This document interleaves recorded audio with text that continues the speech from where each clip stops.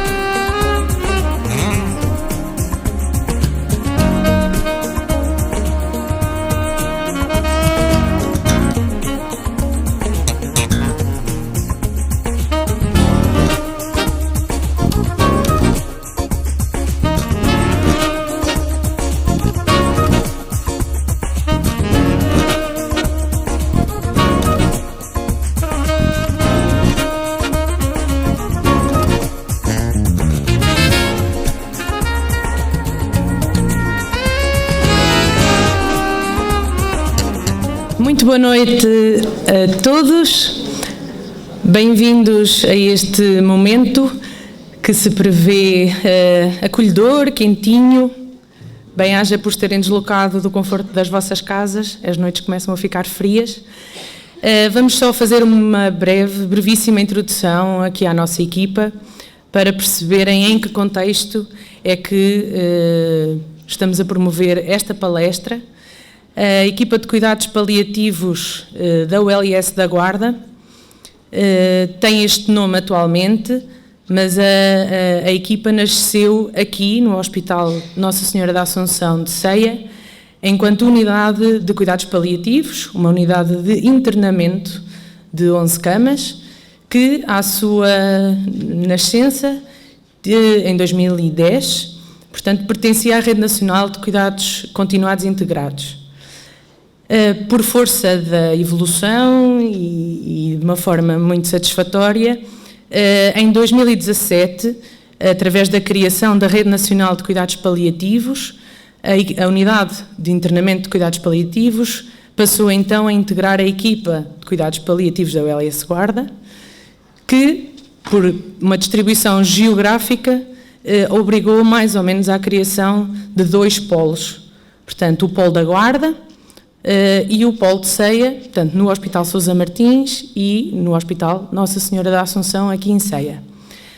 É um motivo de orgulho para o distrito e de uma forma muito mais intimista para nós, aqui em Ceia, porque somos das poucas equipas que contemplam todas as valências de cuidados paliativos previstas no Plano Estratégico de Cuidados Paliativos em Portugal.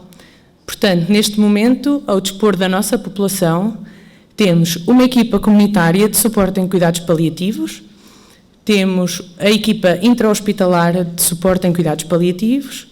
Esta equipa intra-hospitalar, como o próprio nome indica, dá apoio aos serviços dentro do hospital, dos hospitais. Temos em Ceia, e apenas em Ceia, a unidade de internamento e a consulta externa, também a funcionar quer em Ceia, quer na Guarda.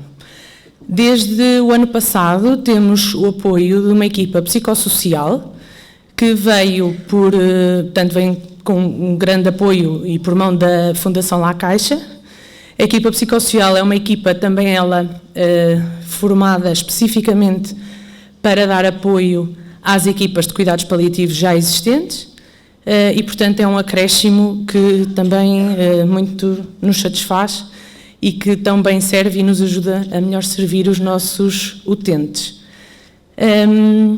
Desta forma, penso que não me falta assim nada de muito relevante. Vou passar a palavra ao Sérgio, que é psicólogo e que também é um colaborador da nossa equipa de cuidados paliativos aqui no Hospital de Ceia. Obrigada. Obrigado, enfermeira Alexandra, também é a nossa colega de equipa. Convém dizer, obviamente, a tua função. Acima de tudo, muito obrigado pela vossa presença. Estamos na terceira edição do Encontro de Cuidados Paliativos da Serra da Estrela. Neste caso, como disse muito bem a enfermeira Alexandra, estamos aqui realmente privilegiados no sentido de dar cuidados de qualidade a toda uma população a nível distrital. É uma equipa bastante transversal, que inclui vários profissionais e de alguma forma com muita dedicação, e estes encontros, esta terceira edição, vem precisamente dar resposta à necessidade de informação, à mudança de paradigma que todos nós temos relativamente aos cuidados paliativos e à forma de ver e de identificar como é que nós podemos ter cuidados diferenciados no interior do país, no interior bastante mais fragilizado inclusivamente. Esta terceira edição vai então ser iniciada com esta palestra magnífica com a doutora Ana Cláudia Arantes, que realmente vai ser gratificante e, acima de tudo, vai introduzir também um tema, um evento que para nós é muito especial, que é a terceira edição do Encontro de Cuidados Paliativos da Serra da Estrela, que esperamos que, acima de tudo, seja do vosso agrado e que vos comunique da melhor forma tudo aquilo que significa o que é para nós trabalhar enquanto equipa, que é isso que agora vamos demonstrar. Fizemos uma pequena surpresa, porque preparámos aqui uma produção audiovisual, uma estreia nacional, em que de alguma forma manifestamos aqui o nosso poder de união e a nossa capacidade de trabalho em termos de equipa, que é transversal, e acima de tudo também mostrar o que é um bocadinho trabalhar neste tipo de contexto. Esperemos que gostem e, acima de tudo, bom evento. Obrigado.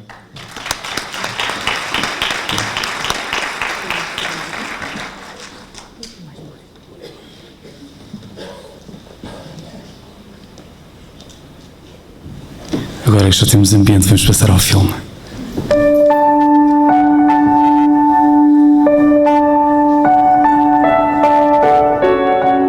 Paliar é articular.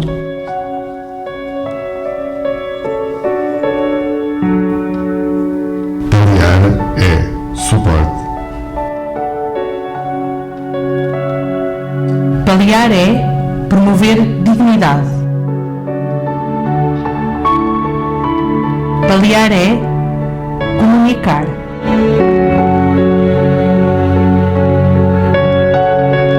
Paliar é desmistificar.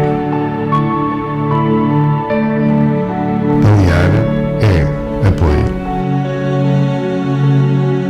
Paliar é ajustamento.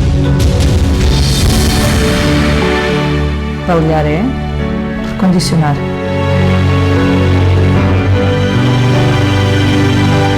Paliar é aproximar. Paliar é cuidar. Paliar é empatia. Paliar é alívio de sofrimento. Paliar é gestão emocional. Paliar é relação de ajuda. Paliar é qualidade de vida. Paliar é controle de sintomas. Paliar é mudança de paradigma. Paliar é família. Paliar é antecipar a perda. Paliar é ter paciência.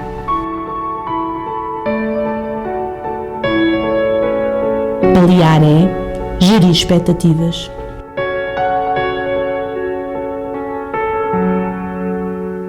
Paliar é trabalho em equipa.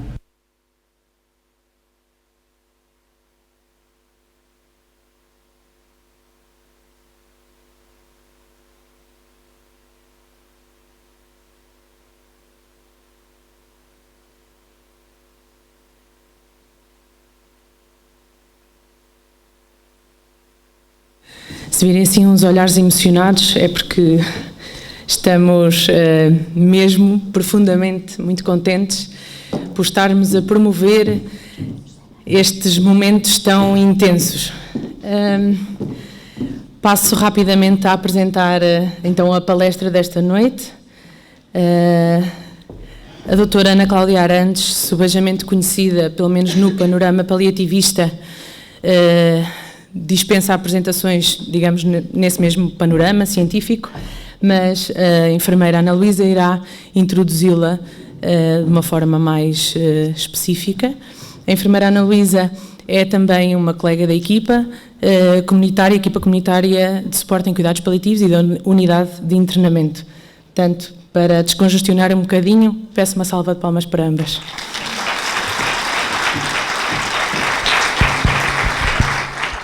Obrigada. Muito boa noite a todos, muito bem-vindos. Estamos aqui num momento realmente de muita reflexão. Com a vinda da doutora Ana Cláudia, eu passo a apresentar. A doutora Ana Cláudia desempenha funções no Brasil, é médica geriatra, tem uma pós-graduação em Psicologia e é especializada em cuidados paliativos. Acho que dispensa mais apresentações, estamos aqui muito para ouvir o que ela tem para realmente nos dizer e demonstrar de um tema que realmente nos toca a todos. A morte, que realmente é um dia que vale a pena viver. Obrigada.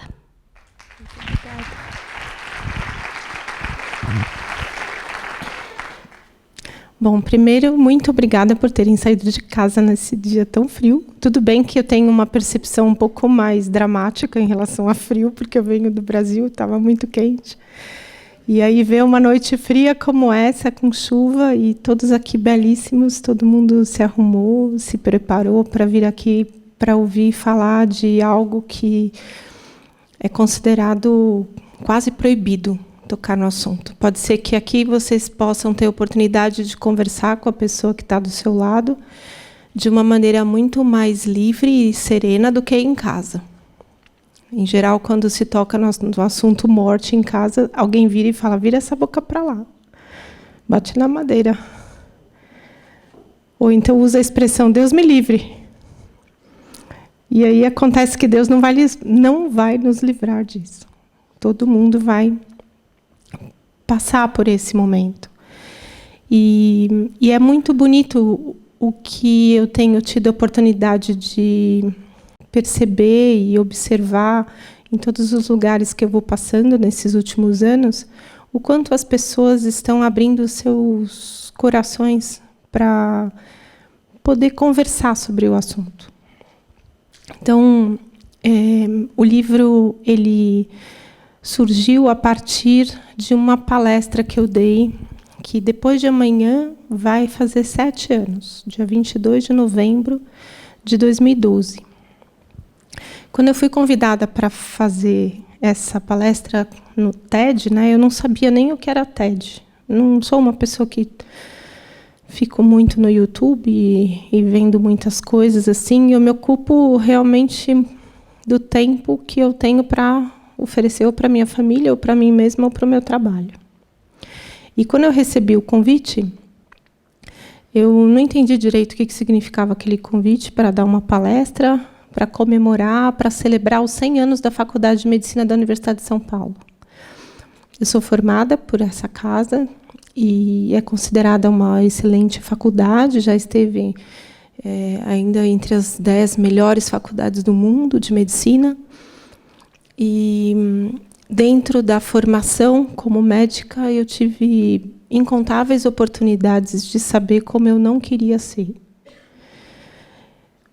Quando me deparava com médicos que tinham a coragem de dizer que não tinha nada para fazer. Quando as pessoas viviam momentos de tamanho sofrimento diante de doenças graves, em fase avançada, que a medicina não conseguia modificar o curso natural da doença, tinha a coragem de dizer que não tinha nada para fazer. Quando tudo que essas pessoas precisavam era, em primeiro lugar, de um médico que pudesse aliviar o sofrimento físico delas.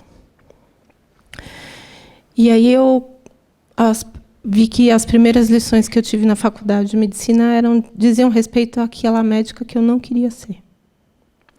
Eu conheci um médico, o primeiro contato que eu tive com o médico foi com o médico da minha avó, que tinha uma doença arterial grave e perdeu as duas pernas por conta de insuficiência arterial. E esse médico era um cirurgião vascular que ia visitá-la. E eu via que depois que ele chegava, tudo mudava dentro de casa, porque de alguma forma eu tinha a impressão que era só a presença dele, porque eu não entendia o que ele falava, né? Eu era muito criança, não podia ficar no quarto com a minha avó enquanto ela era consultada, eu ficava atrás da porta e eu via que esse médico segurava nas mãos da minha avó e olhava nos olhos dela. Eu lembro dessa cena. Apesar deve ser uma das primeiras imagens que eu posso contemplar a possibilidade de me lembrar quando criança. E aí ele perguntava para mim, quando ele passava pelo corredor, via eu pequenininha ali, e ele perguntava: filha, o que você vai ser quando crescer? E eu falava: médica. E aí o exemplo que eu tive em casa foi muito diferente do exemplo durante a formação. Eu tive muitos professores muito bons, tecnicamente excelentes, mas que apresentavam uma evidente dificuldade de lidar com as pessoas quando elas estavam diante da morte. E os pacientes eram colocados, ainda são colocados, né? Infelizmente, ainda falo de uma realidade bem presente. Os pacientes são colocados nas enfermarias mais distantes do posto de enfermagem. E eles ficam em quartos fechados e ninguém entra. E ainda tem serviços que suspendem a averiguação de sinais vitais, justificando que o paciente é cuidado paliativo. Então, não tem que medir sinais vitais. E não mede sinais vitais e nem a percepção de que eles estão vivos. O abandono que se pratica sistematicamente dentro do universo da medicina é algo que precisa mudar. E o conhecimento dos cuidados paliativos proporciona aos profissionais de saúde a possibilidade de saber o que fazer. Porque o mais difícil para todos nós é não saber o que fazer. Não é que não tem nada para fazer.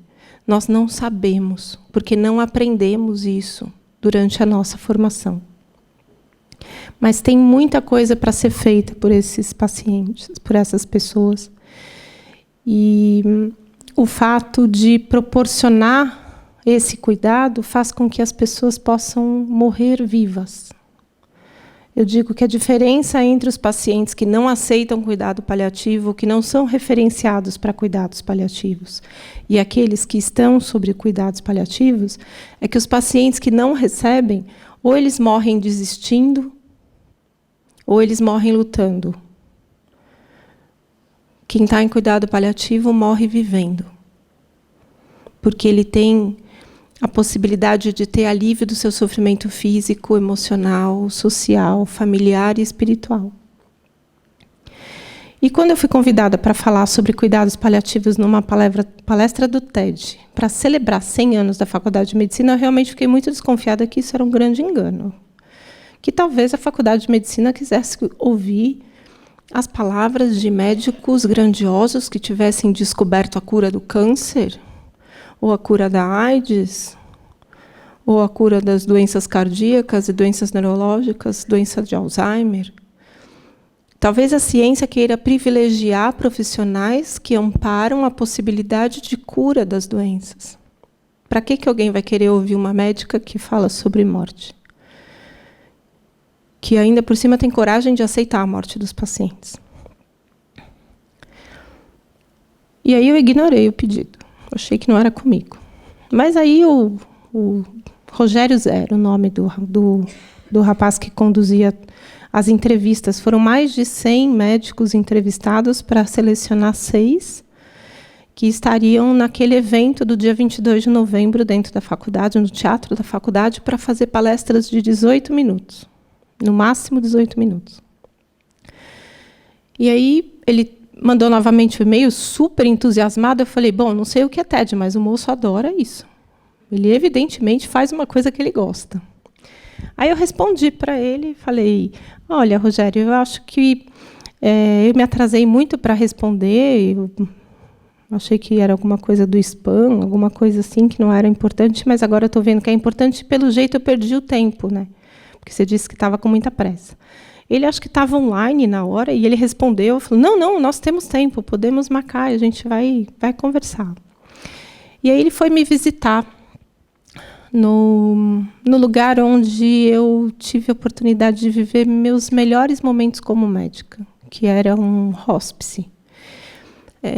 Hospice é um espaço onde as pessoas recebem cuidados paliativos exclusivos. É como se fosse uma unidade de terapia intensiva de cuidados ao sofrimento. E eu era médica assistente da unidade de cuidados paliativos do Hospital das Clínicas, da Faculdade de Medicina da Universidade de São Paulo. E lá tinha 10 leitos sob meus cuidados. Nesse tempo em que eu permaneci lá, eu cuidei de mais de 800 pessoas. Acho que foram 864. Acho que precisamente, acho que era esse o número da última vez que eu fiz o censo. Essas pessoas eram levadas para lá quando, diante da medicina, não havia nenhuma possibilidade de modificar o curso natural da doença delas e o final inexorável seria a morte. As pessoas chegavam lá com a consciência do que elas estavam vivendo. Ninguém morreu de medo, ninguém morreu no caminho, ninguém morreu por saber a verdade, porque a verdade foi cuidadosamente exposta na medida da percepção aceitável de cada um dos pacientes. Eu recebi pacientes que sabiam nome e sobrenome da sua doença. E eu recebi pacientes que só sabiam que a doença que eles tinham era muito séria, muito grave. Quando eu recebi o paciente, o tempo entre eu dizer seja bem-vindo e eu assinar o atestado, a declaração de óbito, era, em média, 15 dias.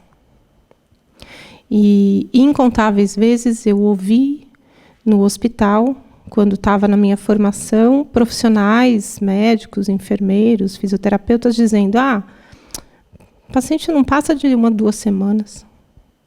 Não vale a pena fazer nada. Quando as pessoas chegavam no hospice, eu tinha consciência de que elas estariam comigo, em média, 15 dias, aumentava muito o senso de responsabilidade de todos os profissionais envolvidos nos cuidados, porque a gente só tinha 15 dias para fazer aquela pessoa muito feliz. Esse era o nosso propósito, de trazer para aquela vida que estava terminando a possibilidade de se perceber valiosa, de se perceber importante, de se perceber amada e de se perceber capaz de oferecer amor. Evidentemente, tudo isso só é possível se você estiver livre do seu sofrimento físico. Então, todos os profissionais, inclusive a equipe de manutenção, de limpeza, da Copa, o CEO, a equipe administrativa da recepção, todos receberam treinamento minimamente necessário para contemplar a importância do trabalho que faziam para aquelas pessoas. E esse moço foi me visitar lá, para me ouvir, porque ele tinha que saber a minha história para entrar, né, naquela avaliação, né, para poder fazer o TED. E aí o Rogério ficou comigo numa proposta inicial que seria de 1h30, 2 horas no máximo de entrevista. Ele ficou comigo mais de 4 horas. Gastou uma caixa de lenço inteira. Eu falo que é amor líquido, você se emociona, mas a gente não devia pegar lenço de papel, a gente devia ter pegado um vidrinho para colocar assim, aí você guarda essa poção mágica que você produz. Porque a lágrima que sai quando você escuta uma história linda de morrer é lágrima que é amor líquido. Você tem essa fonte dentro de si mesmo. Quando você está diante de uma condição tão triste, mas perceber e observar em todos os lugares que eu vou passando nesses últimos anos, o quanto as pessoas estão abrindo seus corações para poder conversar sobre o assunto. Então, O livro ele surgiu a partir de uma palestra que eu dei, que depois de amanhã vai fazer 7 anos, dia 22 de novembro de 2012. Quando eu fui convidada para fazer essa palestra no TED, né, eu não sabia nem o que era TED. Não sou uma pessoa que fico muito no YouTube e vendo muitas coisas assim. Eu me ocupo realmente do tempo que eu tenho para oferecer ou para minha família, ou para mim mesma, ou para o meu trabalho. E quando eu recebi o convite, eu não entendi direito o que significava aquele convite para dar uma palestra, para comemorar, para celebrar os 100 anos da Faculdade de Medicina da Universidade de São Paulo. Eu sou formada por essa casa e é considerada uma excelente faculdade, já esteve ainda entre as 10 melhores faculdades do mundo de medicina. E dentro da formação como médica, eu tive incontáveis oportunidades de saber como eu não queria ser. Quando me deparava com médicos que tinham a coragem de dizer que não tinha nada para fazer. Quando as pessoas viviam um momento de tamanho sofrimento diante de doenças graves, em fase avançada, que a medicina não conseguia modificar o curso natural da doença, tinha a coragem de dizer que não tinha nada para fazer. Quando tudo que essas pessoas precisavam era, em primeiro lugar, de um médico que pudesse aliviar o sofrimento físico delas. E aí eu vi que as primeiras lições que eu tive na faculdade de medicina diziam respeito àquela médica que eu não queria ser. Eu conheci um médico, o primeiro contato que eu tive com o médico foi com o médico da minha avó, que tinha uma doença arterial grave e perdeu as duas pernas por conta de insuficiência arterial. E esse médico era um cirurgião vascular que ia visitá-la. E eu via que depois que ele chegava, tudo mudava dentro de casa, porque de alguma forma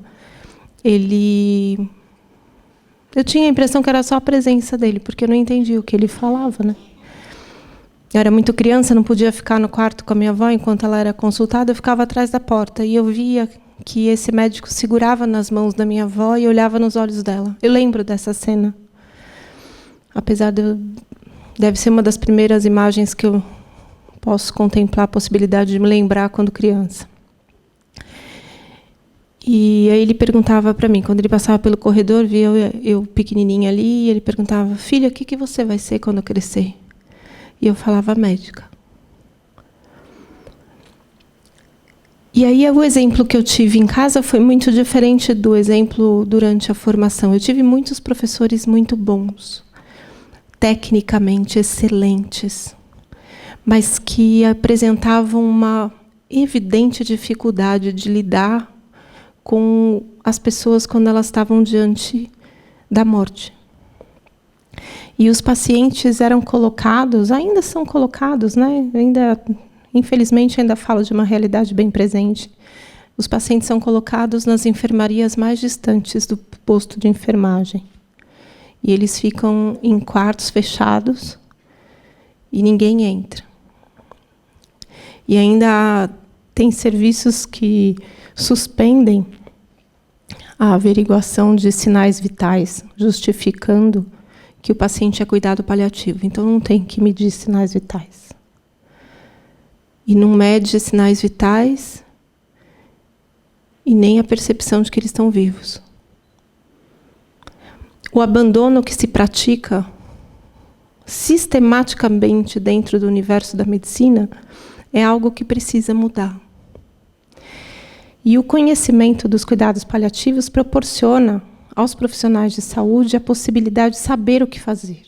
Porque o mais difícil para todos nós é não saber o que fazer. Não é que não tem nada para fazer. Nós não sabemos, porque não aprendemos isso durante a nossa formação. Mas tem muita coisa para ser feita por esses pacientes, por essas pessoas. E o fato de proporcionar esse cuidado faz com que as pessoas possam morrer vivas. Eu digo que a diferença entre os pacientes que não aceitam cuidado paliativo, que não são referenciados para cuidados paliativos, e aqueles que estão sobre cuidados paliativos, é que os pacientes que não recebem, ou eles morrem desistindo, ou eles morrem lutando. Quem está em cuidado paliativo morre vivendo, porque ele tem a possibilidade de ter alívio do seu sofrimento físico, emocional, social, familiar e espiritual. E quando eu fui convidada para falar sobre cuidados paliativos numa palestra do TED, para celebrar 100 anos da Faculdade de Medicina, eu realmente fiquei muito desconfiada que isso era um grande engano. Que talvez a Faculdade de Medicina quisesse ouvir as palavras de médicos grandiosos que tivessem descoberto a cura do câncer, ou a cura da AIDS, ou a cura das doenças cardíacas e doenças neurológicas, doença de Alzheimer. Talvez a ciência queira privilegiar profissionais que amparam a possibilidade de cura das doenças. Para que alguém vai querer ouvir uma médica que fala sobre morte? Que ainda por cima tem coragem de aceitar a morte dos pacientes. E aí eu ignorei o pedido. Achei que não era comigo. Mas aí o Rogério Zero, o nome do rapaz que conduzia as entrevistas, foram mais de 100 médicos entrevistados para selecionar 6 que estariam naquele evento do dia 22 de novembro dentro da faculdade, no teatro da faculdade, para fazer palestras de 18 minutos. No máximo 18 minutos. E aí ele mandou novamente o e-mail, super entusiasmado. Eu falei, bom, não sei o que é TED, mas o moço adora isso. Ele, evidentemente, faz uma coisa que ele gosta.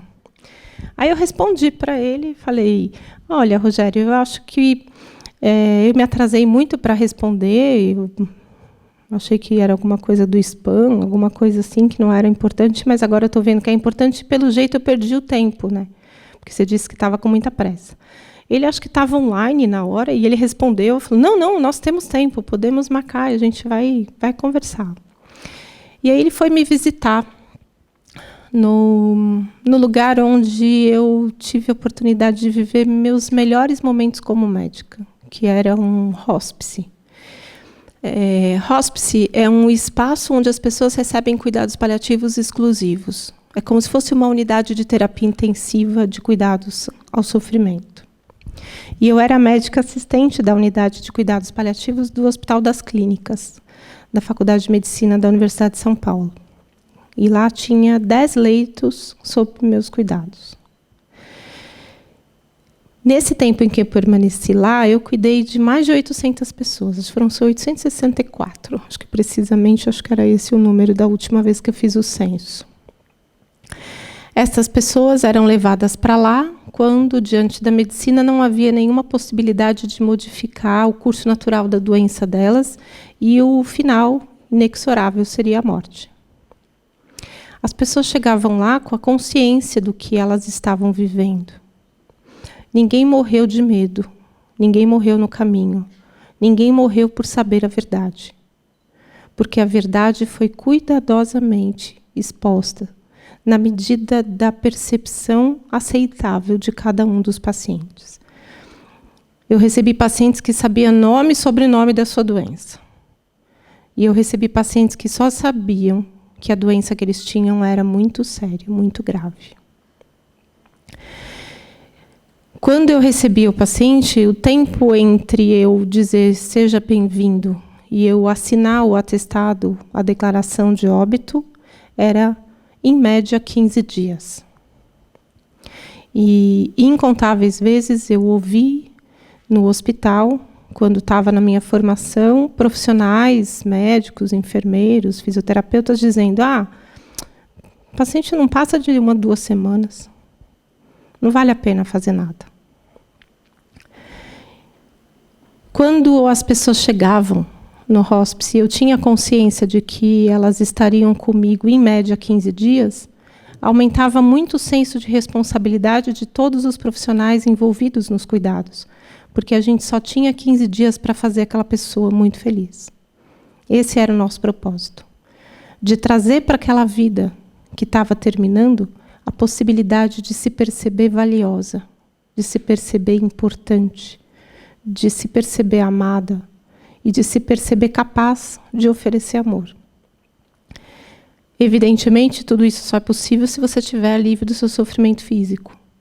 Então, todos os profissionais, inclusive a equipe de manutenção, de limpeza da Copa, o CEO, a equipe administrativa da recepção, todos receberam treinamento minimamente necessário para contemplar a importância do trabalho que faziam para aquelas pessoas.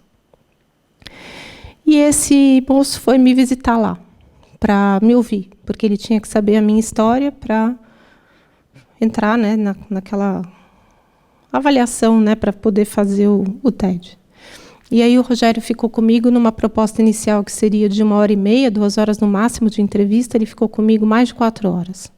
Gastou uma caixa de lenço inteira. Eu falo que é amor líquido, você se emociona, mas a gente não devia pegar lenço de papel, a gente devia ter pegado um vidrinho para colocar assim, aí você guarda essa poção mágica que você produz. Porque a lágrima que sai quando você escuta uma história linda de morrer é lágrima que é amor líquido. Você tem essa fonte dentro de si mesmo. Quando você está diante de uma condição tão triste, mas ao mesmo tempo tão bonita, e você tem a honra de participar, de ouvir a história daquela pessoa. E o Rogério se emocionou muito, terminou e falou assim, você vai estar no TED. Eu falei, não pode, você me disse que tem uma avaliação de mais de 100 médicos, você não terminou ainda todas as avaliações, tem que passar por uma série de etapas de outras pessoas para ouvirem as histórias, que são filtros, né, para decidir. Ele falou, mas você vai estar, pode se preparar. Você vai ter 18 minutos para mostrar uma ideia que merece ser espalhada. E aí, isso foi em fevereiro de 2012. Chegamos em novembro. Eu sentei na segunda fila do teatro. Até que eu tivesse me sentado, eu exatamente não tinha muita noção do que significaria aquele momento. Aí, quando eu me sentei, eu me dei conta da gravidade daquele momento. Eu falei, eu vou subir naquele palco. Tem aquela rodinha vermelha ali no meio. E o que eu disser em 18 minutos vai ficar para sempre disponível. Isso é muito importante. Isso é muito sério. Isso é muito perigoso. E aí eu tive um branco de tudo que eu tinha treinado. Eu treinava no carro, indo para o trabalho, porque eu moro no Morumbi. E eu trabalhava no Jaçanã. Então, o Morumbi fica na Zona Sul, o Jaçanã fica na Zona Norte. Então, dava mais ou menos 35 quilômetros de distância. Só que 35 quilômetros no Brasil é mais ou menos umas 2 horas. Porque é o trânsito, que tem a Marginal, Tietê, a Marginal Pinheiro, são vias de grande fluxo, mas nos horários de pico ficam congestionados. Então, era uma grande viagem eu ir para lá. Mas eu ia todo dia muito feliz. Eu falava assim, quando aparecia no jornal aquelas fotos de grandes congestionamentos que eu sabia que eu estava ali, eu falava para o povo, olha, tem alguém aqui, eu estou aqui no meio, tem uma pessoa muito feliz por estar ali. Ou indo para o trabalho ou voltando para casa. Tem um ditado que fala, quem tem seu amor numa ilha distante, ama os perigos de navegar. E assim era todo dia, durante 5 anos que eu trabalhei lá. E eu treinava no carro a fala do TED. Eu botava o cronômetro ali e ia falando. Aí, às vezes, dava 12 minutos, falei, opa, acho que esqueci alguma coisa. Aí, às vezes, dava 25 minutos, falei, vão tirar o microfone de mim. E aí, dava aquele estresse, até que eu cheguei em mais ou menos 16, 17 minutos, eu falei, tá na medida, porque se na hora eu me enrolar um pouquinho, ainda tem 1 minuto de margem de erro ali. Só que a hora que eu sentei ali, que eu me dei conta da gravidade daquele momento, deu um branco. Eu falei, não sei o que eu vou falar. E na minha bolsa sempre tem um livro de poesia. Agora eu melhorei um pouquinho, porque eu tenho tentado usar bolsas menores. Então, agora eu tenho no celular, tenho o Kindle. Então, eu tenho todos os livros de poesia que eu amo, estão ali. Mas naquele dia eu tinha um livro de poesia do Manuel de Barros. E eu começo o TED com a poesia dele, onde ele fala de uma namorada que via errado, que ela não via uma garça na beira do rio, ela via um rio na beira da garça. E aí ela despraticava as normas. E eu me apresentei com essa poesia. Eu despratico as normas. Eu tenho uma visão subversiva da medicina. Todo o conteúdo técnico que eu absorvi, que eu ainda absorvo, eu considero como base do processo de interação com a pessoa que eu cuido. Não é meu objetivo transformar a pessoa numa validação da minha técnica. Porque a pessoa não é uma manifestação de referências bibliográficas. A pessoa é única. Eu tenho que usar todas as referências bibliográficas para que eu possa oferecer a ela um caminho muito bom para que ela seja feliz. E a minha satisfação não vem de ter um exame normal, mas de ter uma vida boa, apesar de um exame anormal. Tem muita gente que está doente com exames normais, e tem pessoas que estão com exames bem comprometidos e não estão doentes. E aí, naqueles 18 minutos, eu resumi tudo aquilo que eu via acontecer. O exemplo que eu dei na época era sobre a música, que a doença ela é uma informação que, quando em contato com uma pessoa, manifestava um sofrimento. Então, cada pessoa tinha a sua unicidade, a sua identidade como ser humano que adoece. Então, você pode atender 50 mulheres na semana com câncer de mama. Cada uma vai ter uma expressão do câncer de mama totalmente diferente da outra. Porque o alinhamento da doença na pessoa transforma a vida dela nas 5 dimensões, não só na biológica. Transforma a emoção, transforma a família, transforma a vida social dela, transforma o físico dela e transforma a dimensão espiritual dela. E essa transformação, não necessariamente, ela é um processo degenerativo, de deterioração. O que nós vemos em cuidados paliativos é exatamente o contrário. É um processo de amadurecimento, crescimento e grandiosidade daquele ser humano que adoece e está na sua frente, você tem a nítida sensação que precisa se ajoelhar diante de tanta grandeza. Porque a pessoa que adoece é uma pessoa que aprende mais rápido. Terminado o TED, fui para casa e a vida voltou como era. Porque você tem aquele momento glamour, né? E depois você tem que trabalhar. E o trabalho é um trabalho que dá sentido na sua vida. O que dá sentido na vida é gostoso estar aqui, publicar o livro, ficar, né, nos vídeos de WhatsApp. Das coisas que eu mais gosto de saber de professores que dão aula, que começam a aula com um vídeo meu. Eu falei, gente, eu estou dando aula para o mundo inteiro, né? Isso é muito gostoso, mas o encanto mesmo está na interação da pessoa que me presenteia com a confiança da vida dela sob meus cuidados. Isso no final de um atendimento, a gente, como médico, não devia esperar um muito obrigada. A gente devia dizer muito obrigada.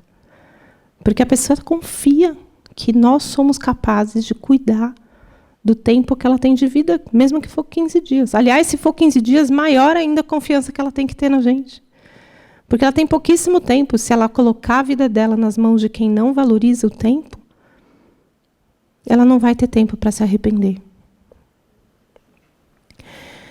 O TED foi para o YouTube em maio de 2013. E antes de ir para o ar, o Rogério Zé me perguntou, Ana, para quem que você gostaria que essa ideia fosse espalhada? Porque já que o propósito do TED é você compartilhar uma ideia que merece ser espalhada, para quem que você quer que seja espalhada? Para os pacientes, para os familiares, para os gestores, para os colegas médicos, para quem que você quer? E eu disse, eu quero que a ideia seja espalhada para os estudantes de medicina. Porque é no coração deles que mora a semente de transformação da nossa prática. Que precisa se libertar da necessidade tecnológica para se abrir para a profunda humanidade que nós precisamos oferecer para os nossos cuidados. Não há nenhuma menção que eu queira dar desvalorizando a questão da tecnologia. Pelo contrário, ela é maravilhosa. Tudo que a medicina avança a cada dia é encantador. Mas é necessário que todos aqueles que fazem uso dessa técnica saibam que o verdadeiro valor não é a técnica, mas é o resultado dela na felicidade das pessoas que você cuida. Você não pode se encantar com um aparelho de tomografia como se encantaram os meus professores. Eu fui da turma que recebeu o primeiro tomógrafo no hospital. E os meus professores começaram a ficar tão apaixonados pelo tomógrafo que se esqueceram da importância de quem entra no tomógrafo para que eles possam se encantar com as imagens. Se encantam com pulmões, com fígados, com rins e esquecem dos donos desses órgãos. A gente não pode esquecer deles. Porque senão você não vai saber a diferença entre uma pessoa e um rim. No momento em que o rim tem indicação de diálise, mas o dono do rim não tem. Essa é a grande diferença que a gente percebe em quem faz cuidado paliativo. A gente consegue identificar que o rim tem indicação de diálise, mas o dono do rim não tem. E quando você explica desse jeitinho que eu estou falando, a família entende. Mas, às vezes, os outros profissionais de saúde não. Mas se tem alguma coisa para fazer, por que não faz? É como uma casa que está desmoronando e alguém está tentando discutir a cor da parede da sala. A casa está caindo. E não importa a cor da parede da sala, mas aí eu sei pintar de azul. Eu só sei pintar de azul. E aí eu só posso me sentir útil se eu pintar uma parede de azul. Infelizmente, a gente tem tido a oportunidade de perceber que na medicina acontece adoecimentos. Eu falo, as especialidades são os adoecimentos da medicina. E tem gente que fica gravemente cardiologista, ou gravemente oncologista, ou gravemente nefrologista. Quanto mais especialista você for, mais gravemente adoecido você está em relação ao seu conhecimento médico. No Brasil, a gente tem uma expressão que é, para martelo, tudo é prego. Que dá para entender direitinho essa questão, né? Então, assim, para a pessoa que só sabe pintar a parede de azul, tudo que ela precisa é um pedaço de parede que possa ser pintado. E aí ela direciona todos os esforços para aquilo que ela se sente habilidosa para fazer. E quando a gente vai olhar para a pessoa que adoece, nós nos deparamos com uma grande distância entre nós e aquilo que a gente consegue fazer por ela. Porque nos falta conhecimento para entender o que é o tratamento da dor, saber que muito do sofrimento emocional das pessoas é aliviado com a escuta. Só de ouvir, elas já se sentem curadas. O TED foi para o ar e o primeiro convite que eu tive para dar uma palestra foi numa faculdade de medicina. Eu tenho tido no Brasil a oportunidade mesmo que eu virei uma musa dos estudantes de medicina. Assim. É muito bonito, porque são jovens que se organizam. Você quer ir nos melhores... Eu não sei como é que é aqui, mas no Brasil é assim. Você quer ir nos melhores congressos? Vá nos congressos de estudantes de medicina. Porque eles fazem os convites para os melhores professores. Eles não precisam fazer convites políticos. Quando a gente faz congresso das nossas sociedades, às vezes a gente tem que fazer um convite político. E você vai chamar um professor que não fala nada com nada, uma aula péssima, ele não sabe nada, mas a gente tem que convidar. Os estudantes não precisam fazer isso ainda. Então, eles convidam pessoas que realmente sabem generosamente partilhar seu conhecimento. E eles se organizam. Tem eventos de 600, 700, 1000 estudantes que saem perfeitos, porque são eles que fazem tudo tudo, da iluminação, do som, efeitos especiais, cartaz, a recepção, coffee breaks, é sempre a mãe de alguém que fez. Tudo é organizado com o próprio tempo. E quando você doa seu tempo, você faz questão de que ele seja bem utilizado. Agora, quando você compra o tempo dos outros, às vezes não importa muito, você só quer saber quanto custa.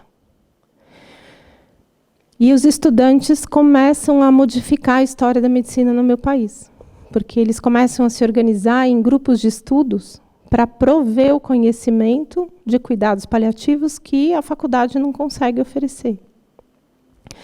E em várias situações de cuidados na terminalidade, os estudantes sabem mais do que os professores.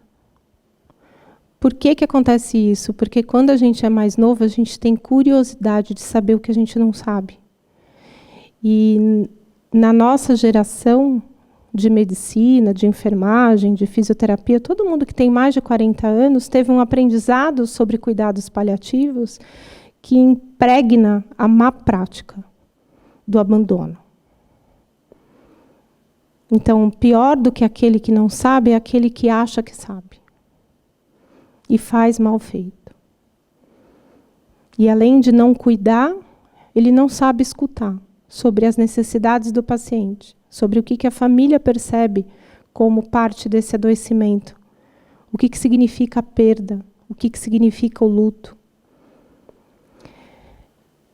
E então, comecei a fazer parte de vários movimentos estudantis para favorecer o aprendizado de cuidados paliativos. Se cuidado paliativo não é não fazer nada, o que é, então? Vamos aprender. E aí, no final de 2014, eu recebi o convite para escrever o livro. Ai, Ana, aquela sua palestra precisa se tornar um livro. Você já pensou nisso? Eu falei, não só já pensei, como já escrevo. Porque tem momentos com as pessoas que são tão incríveis, tão reveladores, são verdadeiras epifanias, que o mínimo que eu podia fazer era escrever. Nem que fosse para escrever, para eu mesma não esquecer o que eu tinha vivido. Então, eu já tinha muita coisa adiantada do livro. E aí o livro ficou pronto, mandei para a editora, e aí algumas pessoas que leram o livro disseram, ai, Ana, mas com esse título não vai dar, precisa mudar o título. Eu falei, não vou mudar o título. A morte é um dia que vale a pena viver. Porque ela é parte da vida que vale a pena viver. E é parte do meu trabalho fazer com que esse tempo, até que a morte chegue, seja um tempo que vale a pena viver. Logo, a morte é um dia que vale a pena viver. Não, Ana, mas ninguém vai querer comprar um livro que está com título de morte na capa. Aí eu disse, bom, o meu trabalho era escrever o livro. O vosso é vender. Cada um com seus problemas, né? Então, você se vira para vender. Sei lá como é que você vai fazer. Mas aí a gente não vai conseguir publicar. Eu falei, que pena. A minha meta de vida é trabalhar como médica, não é ser escritora. Então, se o livro não for publicado, que pena. Aí me acharam muito dura. Imagina, você vai perder essa oportunidade. Eu falei, não vou perder essa oportunidade. Não vou abrir mão do título. E aí eles resolveram arriscar. E o livro foi com o título que merecia. No lançamento, foi a coisa mais engraçada, porque eles tiveram que ir na editora, quem tinha a chave da editora, às 20h, numa quinta-feira, porque no lançamento saíram 540 livros, eles tinham levado só 200. Eles não acreditavam que talvez as pessoas não quisessem falar sobre a morte, mas elas querem ler. Elas querem ouvir, porque os vídeos, todo mundo vai compartilhando. O TED chegou, ontem eu recebi de um amigo os parabéns, que chegou em mais de 2 milhões de visualizações. Por um padrão de TED de um país como o Brasil, que é um país em desenvolvimento, se fosse um americano, o TED já tinha ido para 10 milhões. Mas sendo um TED de uma brasileira, é algo inimaginável, ainda mais falando de morte. E o que acontece é a coisa mais improvável do mundo. porque os médicos, os meus colegas todos que estão aqui, não vão me deixar mentir. Os médicos dizem que as pessoas não querem falar sobre isso. Os pacientes não querem e as famílias não querem. E é por isso que ninguém oferece cuidados paliativos, porque eles vão dizer que não de jeito nenhum, vão brigar com você, trocar de médico e ainda vão falar mal de você. Só que a gente está tendo um movimento muito misterioso de que a sociedade encabeça a transformação cultural. Começo desse ano, estou lá trabalhando, agora dando mais palestras, mandando mais aulas, tenho o curso da Casa do Cuidar, onde eu faço a formação de profissionais de saúde para a especialização de cuidado paliativo. Totalmente envolvida com isso, recebo uma mensagem de uma ex-aluna que mora no Rio de Janeiro, falando: doutora Ana, Fernanda aqui, tudo bem? Tudo bem, Fê, e aí? Tudo WhatsApp. Doutora Ana, eu tenho uma grande amiga que trabalha na Rede Globo. A Rede Globo é uma empresa de televisão lá no Brasil, bem famosa. Vem bastante novela para cá, né, que eu sei. Tem uma diretora muito minha amiga na Rede Globo que está precisando de uma pessoa que dê uma palestra sobre morte. Eu falei, que história é essa? Na Globo? Sobre morte? Ah, deve ser para catástrofe, né? Ela falou assim, não. Parece que vai ter uma novela agora que vai falar sobre um paciente terminal. E eles vão fazer eles sempre fazem um workshop com o elenco e com a produção da novela, antes da novela ir para o ar, para que todos tenham a mesma informação sobre os temas principais que a novela vai discutir. Então, no caso, a novela vai discutir sobre terminalidade, sobre feminismo, sobre periferia, né, o subúrbio do Rio de Janeiro, e sobre basquete, que eram as tramas paralelas, que eles chamam. Tem a trama principal e as tramas paralelas. Que interessante. Pode passar meu número para ela, se eu tiver como ajudar. A agenda está um pouco tensa, mas Rio de Janeiro dá para fazer. Às vezes é mais rápido chegar no Rio de Janeiro do que no Jaçanã. Então, eu pego o avião, volto e vamos lá. E deu 5 minutos, a moça entrou em contato comigo, explicou, me mandou a sinopse da novela. Eu falei, nossa, que novela incrível que vai ter agora. A trama é mais ou menos assim. Tem a Grazi Massafera, que é uma atriz bem bonita, bem famosa lá, que ela é a atriz principal do personagem principal do núcleo pobre da novela. E tem o Antônio Fagundes, que é do núcleo rico. O Antônio Fagundes é dono de uma editora que tem uma doença, uma leucemia, que agudiza, ele já é idoso, ele já está fazendo tratamento de leucemia crônica há muitos anos, e ele entra em terminalidade, não há o que fazer com ele. E a Grazi, no núcleo pobre, é uma costureira que um belo dia tem que fazer um exame de sangue, porque o Ministério do Trabalho ia multar a loja que ela trabalhava, então a dona mandou ela rápido fazer o exame, e eles escolhem exame no mesmo dia, no mesmo laboratório. A dona da loja paga para ela um exame numa clínica particular, para o exame sair mais rápido. E aí ela faz o exame no mesmo dia e o laboratório troca o exame. Aí a Grazi, no início da novela, tem o diagnóstico de uma leucemia aguda, com 30 e poucos anos. E aí ela muda completamente a vida dela. Os primeiros capítulos são arrebatadores. Ela muda tudo. E depois daquela semana avassaladora, destrocam o exame. Aí ela olha e fala, nossa, na minha vida inteira eu nunca vivi tão intensamente como nessa última semana. Só porque eu sabia que eu ia morrer. Eu preciso conhecer quem vai morrer no meu lugar. Esse pensamento é das coisas mais importantes que a gente pode ter quando estamos diante de uma pessoa gravemente enferma. Se a gente olhasse para cada um dos nossos pacientes com esse olhar amoroso de quem vai morrer no seu lugar, porque na morte do outro a gente experimenta a nossa. Aí a relação com esse paciente seria de uma magnitude muito mais bonita e intensa do que é habitualmente. Não é mais um paciente, é aquele que vai morrer no seu lugar. Se você atender uma mulher com câncer de mama e pensar, eu posso morrer de câncer de mama. Como é morrer de câncer de mama? Como é a experiência da finitude com câncer de mama? Como é a experiência da finitude com doença cardíaca? Como é viver um infarto? E aí ela me explicou isso, eu falei, já estou ajoelhada pedindo todas as bênçãos do planeta para esses dois autores dessa novela que vão colocar esse assunto na televisão. Não é no noticiário de tragédias, é na novela. Novela das 7. Porque novela das 7 é aquela novela que tem humor e drama ao mesmo tempo, no tempero da vida. É a nossa vida, tem drama e tem comédia. Porque a das 9 corta os pulsos, né? É uma coisa assim, das 9 não, sinceramente, não sei como é que dá para dormir depois da novela. Mas a novela das 7 tem essa coisa da leveza da vida. E eu falei, nossa, na novela das 7 vai dar tempo das pessoas conversarem sobre esse assunto no jantar. E eu estava em êxtase com a história. E me convidou, e aí o êxtase seguinte foi que eu tinha agenda para ir para lá. E aí ela me deu a notícia, você vai ter 20 minutos, tudo bem? Eu falei, tudo bem, já tive 18, ter 2 minutos a mais ainda por cima, né?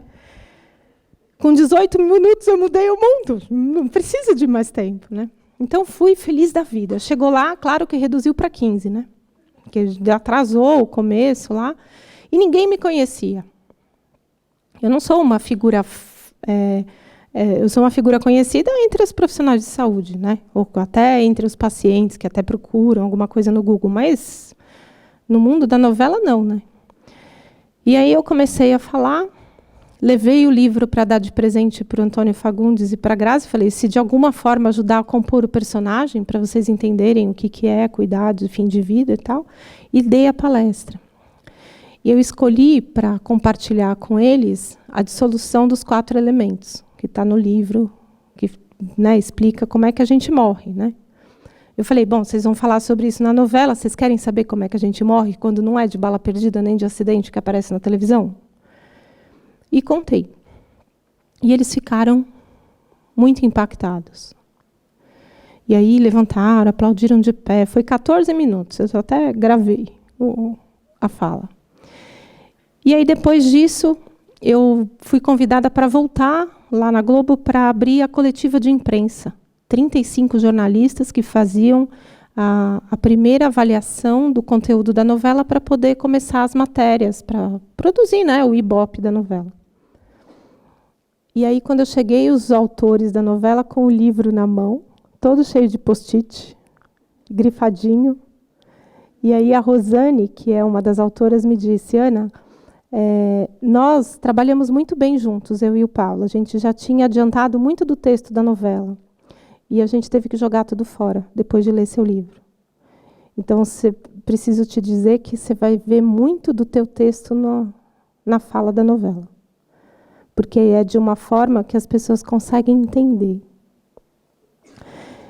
Então, a gente agora, às 7h30 da noite, tem 23 milhões de brasileiros ouvindo o que um paciente em final de vida tem para dizer. É uma voz que a gente, como profissional de saúde, tem ao vivo. A gente não precisa da fantasia da novela para ouvir. A gente não precisa da idealização do processo. A gente tem acesso à realidade. As pessoas vivas estão à nossa volta. E as pessoas vivas são as primeiras candidatas a morrer. E o fato de você perceber a importância do que é dito já torna você um profissional mais capaz de ter sucesso naquilo que você vai oferecer para aquela pessoa. Então, o que está acontecendo hoje é que as pessoas agora assistem a novela, elas vão cobrar dos médicos a mesma postura. Porque o cara que está fazendo o papel do médico, que é o Jorge Lucas, que é o Dr. Mauri, eu falei para ele, falei assim, qualquer dúvida no desempenho, você me telefona, porque a gente pode falar qualquer coisa, mas a gente não pode falar qualquer coisa sem uma forma amorosa e respeitosa de estar na frente do paciente. Às vezes você pode dar a pior notícia que ela já teve na vida, mas a forma como você fala faz toda a diferença no processo de aceitação, de transformação e de compreensão daquela má notícia. E aí Mauri falou, fica tranquila que a minha irmã é médica e ela é muito amorosa com os pacientes, e ela me explica direitinho como é que tem que ser. E aí as poucas cenas, eu não consigo acompanhar, porque o horário não é muito favorável para mim. Mas as críticas à novela têm sido belíssimas. Onde a novela traz a arte, a literatura, porque como ele é dono de uma editora, ele fala de poesia. Ele pega livros da Cecília Meirelles, Eça de Queiroz, Manuel Bandeira. Ele fala de Fernando Pessoa, ele fala de Elizabeth Bishop. Ele declama, conta histórias para a netinha de 8 anos. Trazendo a mensagem de que a morte precisa ser devolvida para a humanidade. A experiência de morrer é uma experiência da humanidade, não é uma experiência do hospital. A gente precisa devolver. E aí, quando aparece a cena dele, em fase final de vida, falando sobre Cecília Meirelles com a neta de 8 anos, você vê a vida como ela é, como ela deve ser, como ela pode ser. Nesse momento, existe um movimento muito grande a favor de cuidados paliativos, principalmente depois de 2017, quando a ASCO publicou, dentro dos guidelines, dentro da plenária da ASCO, da Associação Americana de Oncologia Clínica, a recomendação de cuidados paliativos ao diagnóstico de um câncer metastático. Não há discussão técnica mais a respeito da importância de oferta do cuidado paliativo desde o diagnóstico, porque as pessoas elas vivem melhor e elas vivem mais tempo.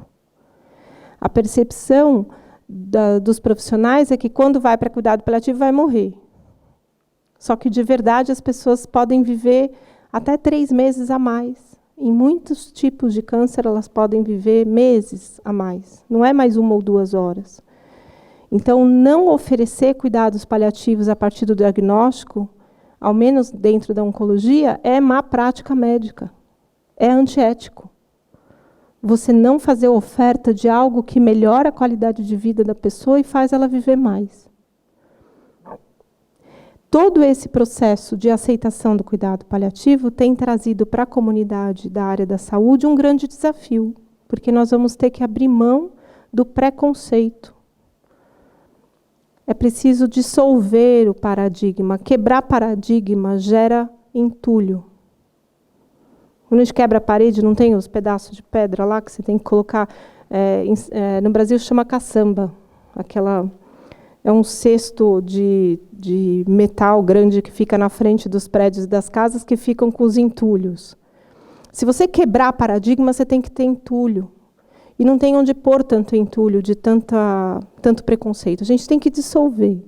E a dissolução do paradigma só acontece a partir da educação, a partir da conversa.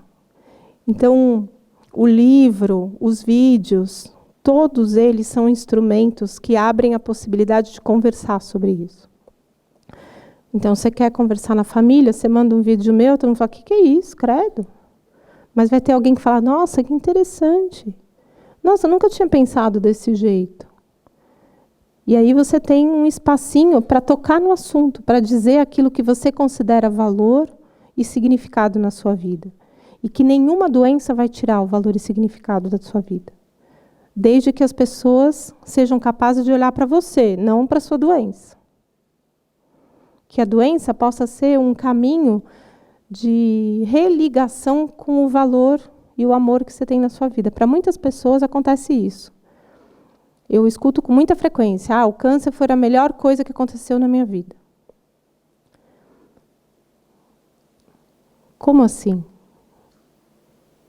Como é possível você dizer que uma doença que mata pode ter sido a melhor coisa que aconteceu na sua vida? Provavelmente porque antes da doença você não pensou que a sua vida já era um motivo para você morrer. E aí quando você adoece, você sabe que a vida tem fim. E aí você começa a viver de uma maneira mais bonita, mais intensa, mais verdadeira. Eu penso que essa leitura, o TED, os outros vídeos, as conversas que eu tenho tido, podem ser caminhos, oportunidades da gente poder viver uma vida que vale a pena ser vivida sem precisar adoecer. E que quando a gente adoecer, a gente possa até sorrir e dizer: a doença pode vir, porque agora ela é só parte da minha vida, ela não é uma mudança de planos, ela não é um retorno, não é um arrependimento. A doença é parte da minha história e eu vou poder viver essa parte da minha história de um lugar muito mais poderoso, muito mais pleno do que eu viveria se eu nunca tivesse dado valor na minha vida antes.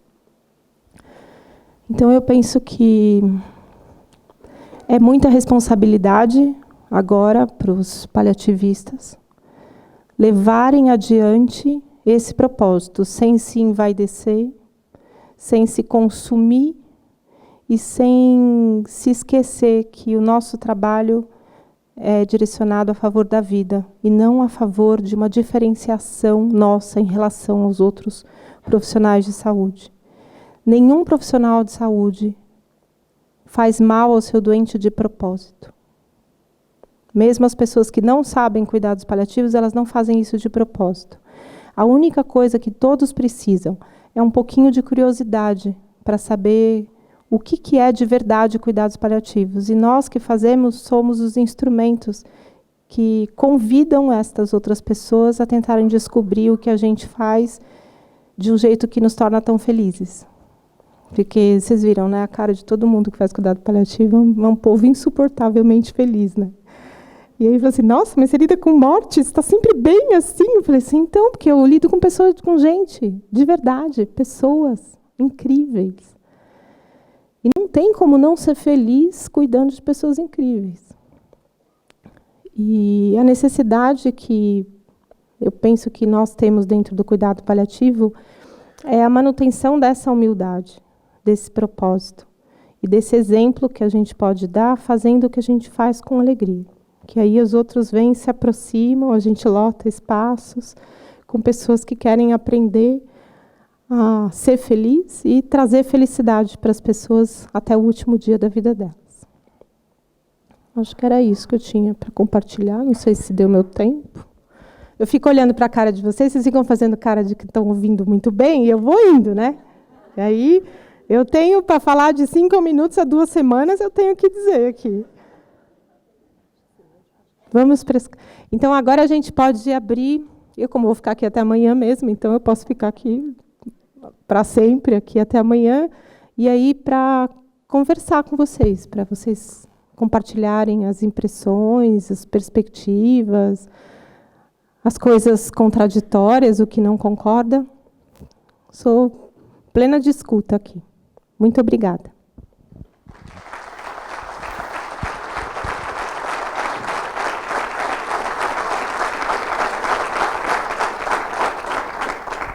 Então, agora estamos abertos a algumas questões. Não sei quem quer começar. Será vergonha?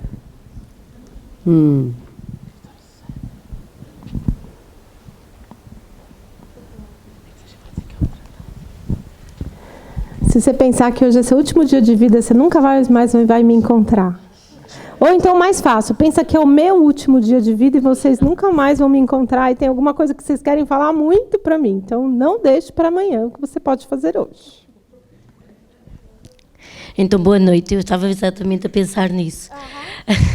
Que não sei o que é o dia da manhã, mas sei que hoje estou perante a Ana Cláudia e que, depois de ter lido o seu livro e trabalhar há 18 anos em paliativos, revivi, refleti e na realidade reencontrei-me em muitas daquelas palavras de alguns momentos e inclusivamente na avó e no avô, porque ainda com 40 anos consigo perceber que vivi a morte em casa e que de uma forma natural foi-me permitido estar, perceber que havia dependência, que havia carinho na dependência, que havia a despedida, que havia o cuidado, que havia a vida mesmo na morte.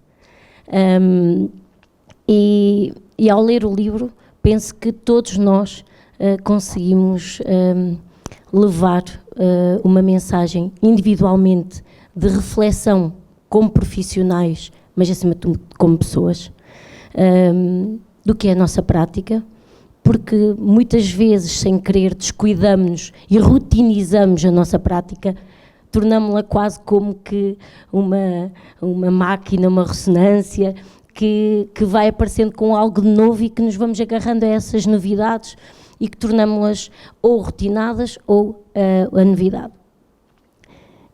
E a expressão mais importante que me faz lembrar-me daquilo que li é, de facto, o título. E porque achei interessantíssimo o título. E ainda bem que explicou, que bateu para que ele existisse. Porque eu costumo dizer, quando eu digo que trabalho em paliativos, alguém me diz, que horror, como é que aguentas? E eu digo, experimentem, é extraordinário. É extraordinário porque é o encontro de pessoas com pessoas. Então todos os dias nós encontramos-nos com alguém. A solidão de viver sozinho, em si, ou sem o outro, é que é terrível. E a morte é o segundo mais importante, como é o segundo de agora. E se ele não for encarado como o segundo de agora, que é o presente, nós deixamos de viver. E achei interessantíssimo a Ana ter conseguido manter esta noção de que a morte é um dia que vale a pena viver. Porque se eu vivo o presente hoje, é no presente que pode estar a morte. E explicando isso tão bem como explicou, eu quero lhe dar os parabéns porque conseguiu fazer ver que podemos dar uma dimensão dos cuidados paliativos, falando na morte, sobre a morte, mas com vida. E é isso que nos está a faltar, porque acoplámos-nos à morte e esquecemos de trazer a palavra que está logo ali a seguir e que é que termina. A morte é um dia que vale a pena viver. Obrigada. Obrigada.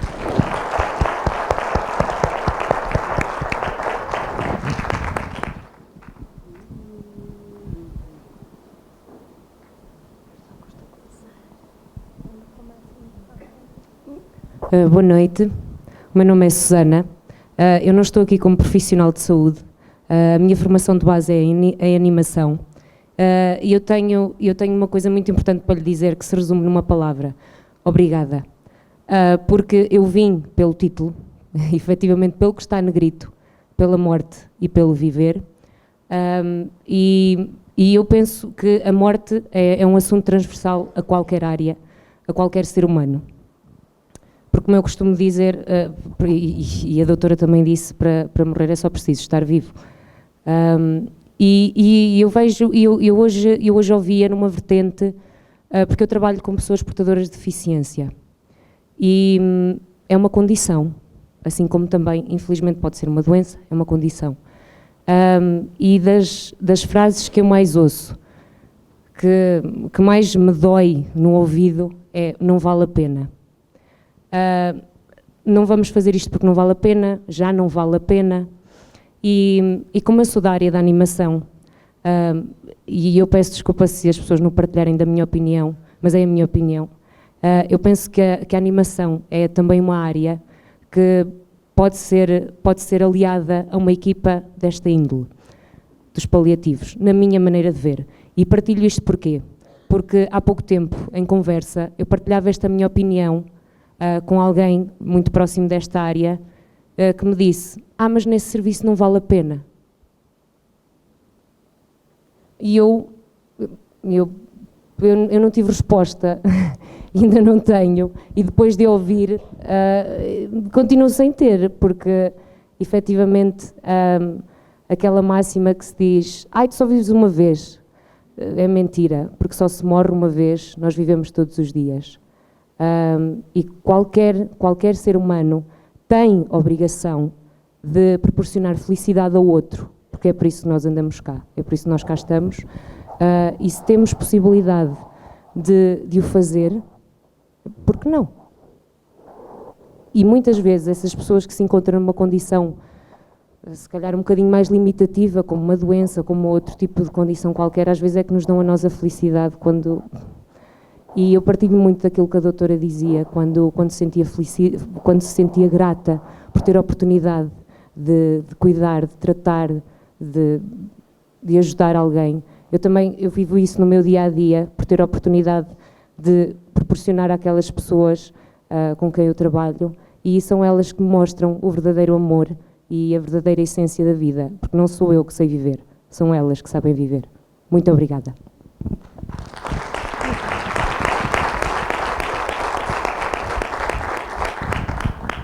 Tem espaço, sim. Tem muito espaço. Porque tem um caminho do cuidado paliativo que é um caminho muito sombrio, onde só se permite tristeza, onde só se permite o lado sombrio do processo. E tem muito espaço para a leveza, tem muito espaço para o sorriso. Eu falo, eu brinco que eu tenho um sorriso latifundiário, porque quando eu sorrio, meus olhos ficam pequenininhos, assim, não aparece nada, só fica o sorriso. E quando eu entro no quarto de um doente e o meu bom dia é um sorriso, porque eu estou feliz de vê-lo. Teve uma história muito bonitinha de uma paciente que ela chegou no hospice muito grave, muito mal. E eu cuidei dela, fiz todos os procedimentos que eram necessários para ela poder ficar mais confortável. E realmente era difícil acreditar que ela chegasse no dia seguinte, pela gravidade toda que ela apresentou naquela noite. E aí, quando eu cheguei no dia seguinte e ela estava viva, e eu cheguei na beira do leito dela e sorri, né? A hora que entrei no quarto assim e vi que ela estava ali, eu dei um sorriso. Aí ela olhou assim para mim e falou: "Doutora Ana, eu tô viva, você acredita?" E a gente riu muito. Eu falei assim: "Ai, que bom que você ficou mais um pouquinho, porque eu queria te conhecer melhor e não deu tempo nem da gente conversar, você já ia embora." Aí ela falou assim: "Eu tô viva, eu não acredito que eu tô viva." E a gente riu muito com isso. Então, esse sorriso, essa leveza, esse estado de encontro que a gente tem com o outro, não é só pela dor, não é só pela tristeza. Cada vez que um paciente acorda e come bem o café da manhã, né, o pequeno almoço que é aqui, né, ele alegra a família fica feliz, aí chega para o médico paliativista e fala assim: "Ele comeu, doutor." E o médico diz: "Mas amanhã não vai comer, hoje comeu, mas vai morrer." Né? Você sabe que isso não significa nada. Né?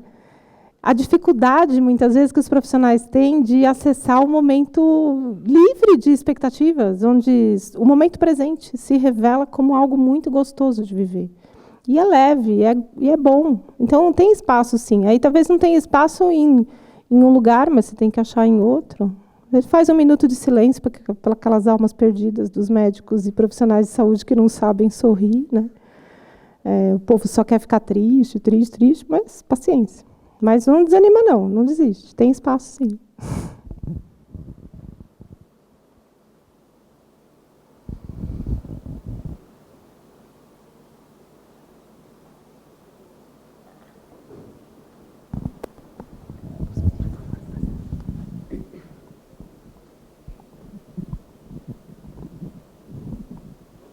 Boa noite. Boa noite.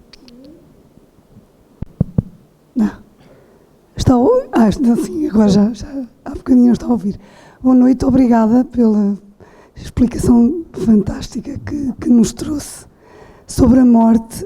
Eu trabalho com crianças e eu gostava de saber a sua opinião acerca de como explicar ou como viver esse momento também da parte da família e nomeadamente da criança, como é que nós devemos também ajudar as crianças a viver esse momento.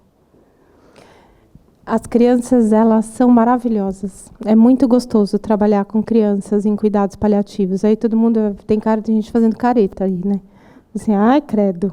Não, trabalhar com criança que morre, não. As crianças não deveriam morrer, mas elas morrem. 30% delas não tem cura quando a gente fala de câncer. As doenças que já são degenerativas desde que nascem, né? Fibrose cística, pacientes com doenças genéticas graves, tem aquela morte anunciada dentro do útero. A criança vai viver horas, dias. Então, tem muito espaço de atendimento, de cuidados paliativos dentro do universo da pediatria e da neonatologia. A grande dificuldade que nós vamos ter, em primeiro lugar, é a dificuldade com os profissionais de saúde, que têm o preconceito de que criança não entende.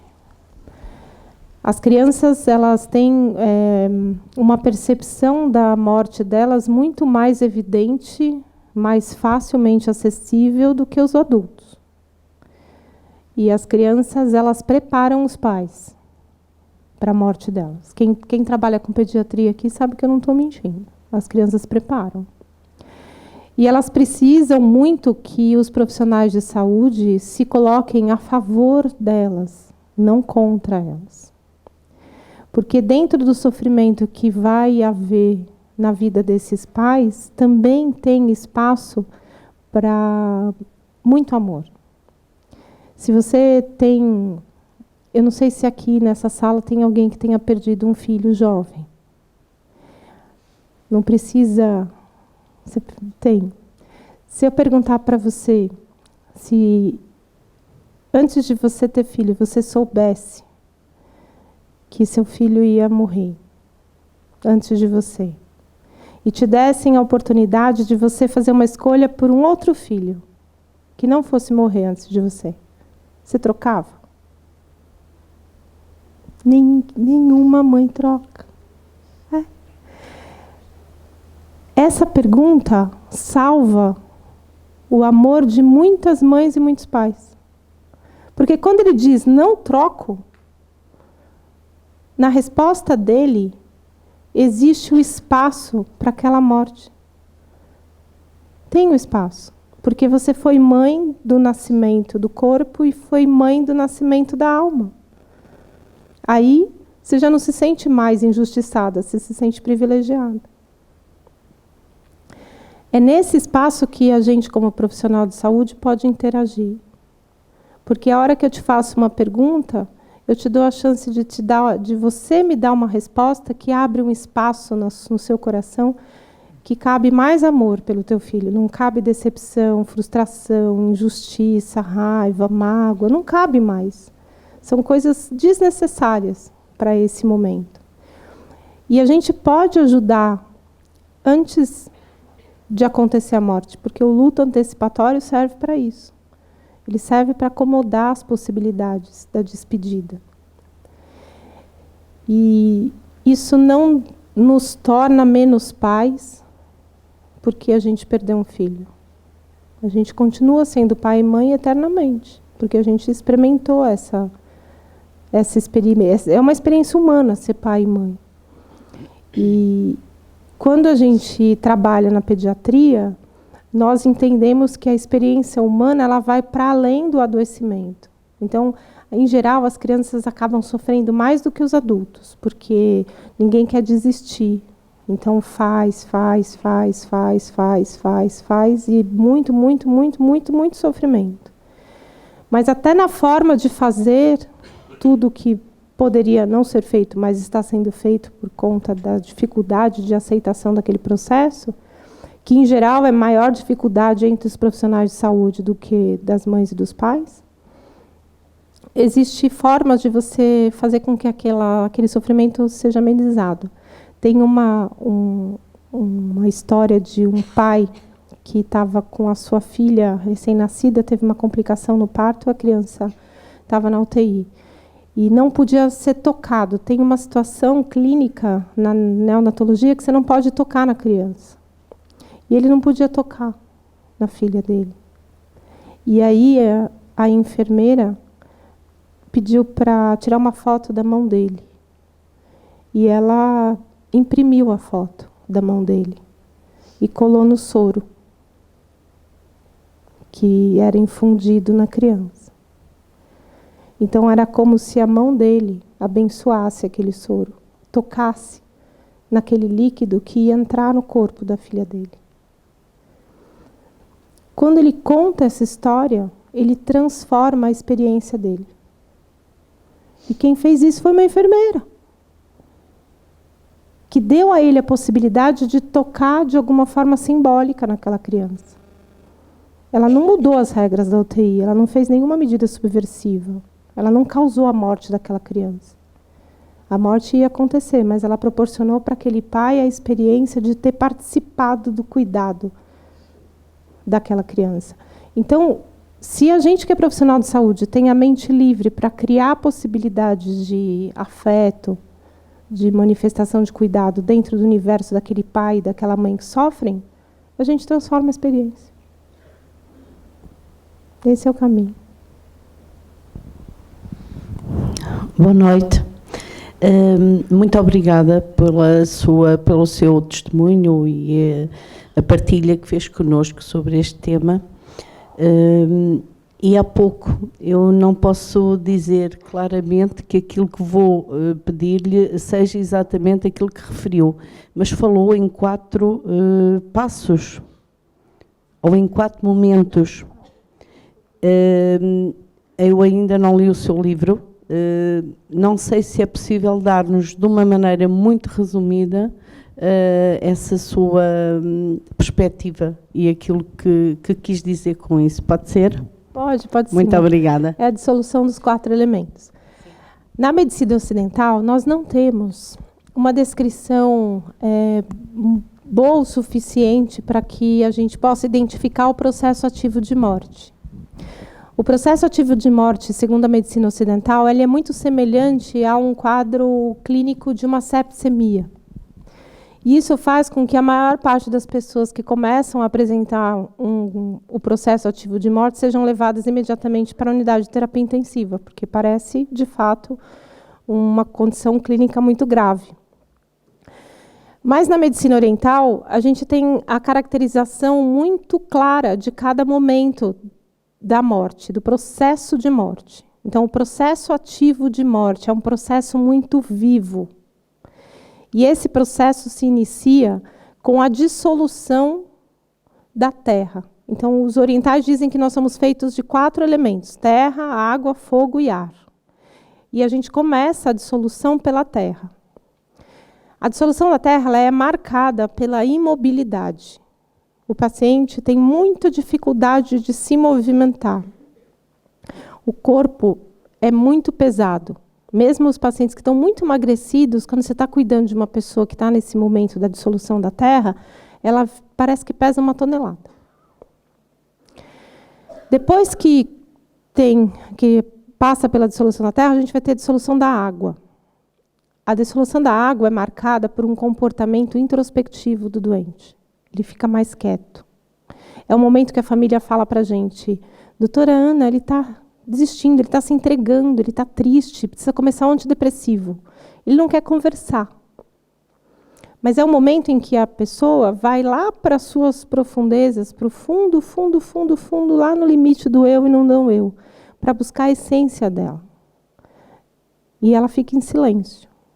É a dissolução da água, que no momento em que encontra a essência, começa a dissolução do fogo.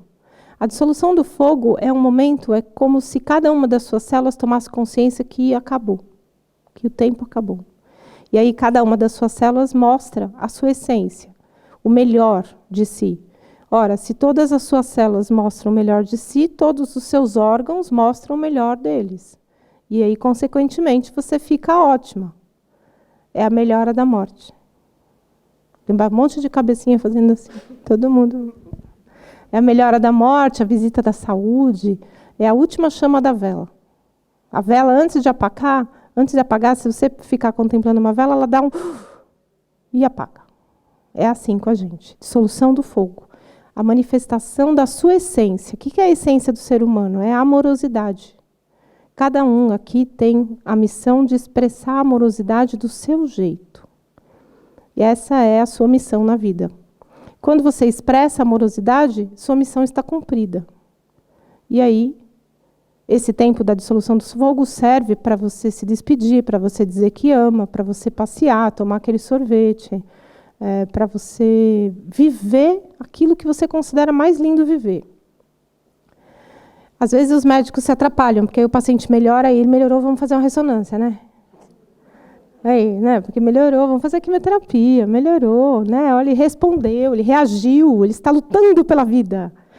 E aí você desperdiça as suas 3, 4 horas de dissolução do fogo, que era para você curtir a sua família pela última vez, lá no aparelho da ressonância. E aí, depois que você manifesta a sua essência, você vai devolver o sopro vital, porque os orientais dizem que a parte do ar, o sopro vital, é um empréstimo de Deus para a gente cumprir a nossa missão na Terra. Então, a gente tem que devolver o que nos foi emprestado, que é o sopro vital, a respiração. A respiração é algo que permite que você transite do mundo interno para o externo o tempo inteiro. Você pode respirar conscientemente, controlando sua respiração. Se você esquecer, você continua respirando. Você tem que devolver o sopro vital. Aí começa a agonia da respiração. As pessoas, quem já viu alguém morrer, sabe que nesse momento a respiração fica difícil. A pessoa fica ofegante, aí ela faz pausa, aí parece que não vai respirar mais, aí fica todo mundo assim. Aí ela puxa de novo o ar, volta. Aí respira rapidinho, curtinho, dali faz profundo, aí faz pausa de novo. Esse é o momento da dissolução do ar, onde você vai devolver para Deus o sopro vital. E aí você dá o último suspiro. Então, na dissolução dos elementos, a gente entende que o ar é o último que entra, numa inspiração. Quando você nasce, você inspira o sopro vital. E quando você morre, você expira. O nosso último ato de bondade é de doação. A gente dá o nosso sopro vital, cumprindo a nossa missão na Terra. É assim.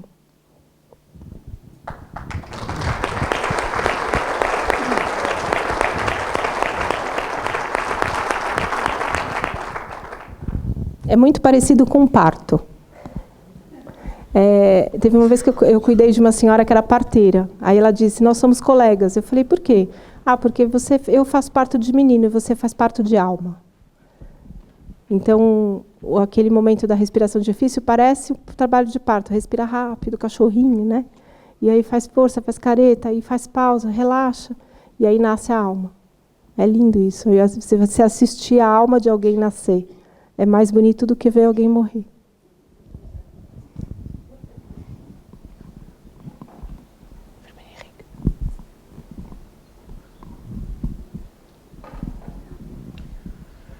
Eu chamo-me Henrique, sou técnico de saúde e gostava de que me falasse um pouco da sua experiência sobre a gestão da esperança. A esperança é algo natural que nos habita. E é importante que a gente não atrapalhe a manifestação de esperança de cada ser humano. Porque a gente tem a intenção de oferecer a esperança do outro daquilo que nós consideramos como algo necessário. Então a gente tem esperança na cura. Mas não há esperança na cura, é ilusão. Não há cura. Mas Ana, pode acontecer um milagre. Eu falei, tudo bem, milagre a gente não tem nada contra. Mas até que o milagre chegue, é necessário que a pessoa tenha esperança de se sentir melhor, de não ser abandonado, ter esperança de ser cuidado. A esperança, ela começa no olhar de quem te observa. Por que os pacientes em fase final de vida estão sempre de olhos fechados? Vocês já se perguntaram?